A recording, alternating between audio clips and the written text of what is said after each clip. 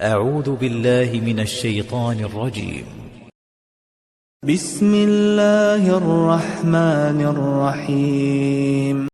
قل أعوذ برب الناس. قل أيها النبي: أعوذ وألتجئ وأعتصم برب الناس، فربوبيته تقتضي الاحتماء به والالتجاء إلى قوته عز وجل. ملك الناس.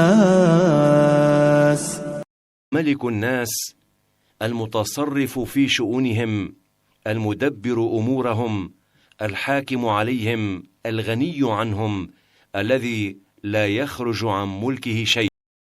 إله الناس. وهو إله الناس، المستحق للعبودية وحده، المتفرد بالألوهية، الذي لا شريك له ولا رب سواه ولا إله غيره. من شر الوسواس الخناس.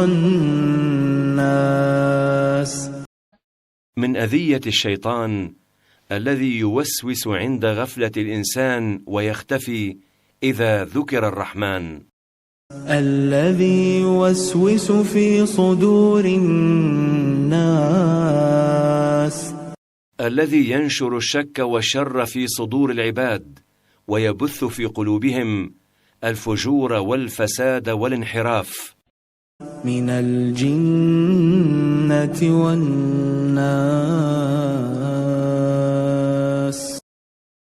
وأعوذ بالله من شياطين الجن المتوارين ومن شياطين الإنس الظاهرين.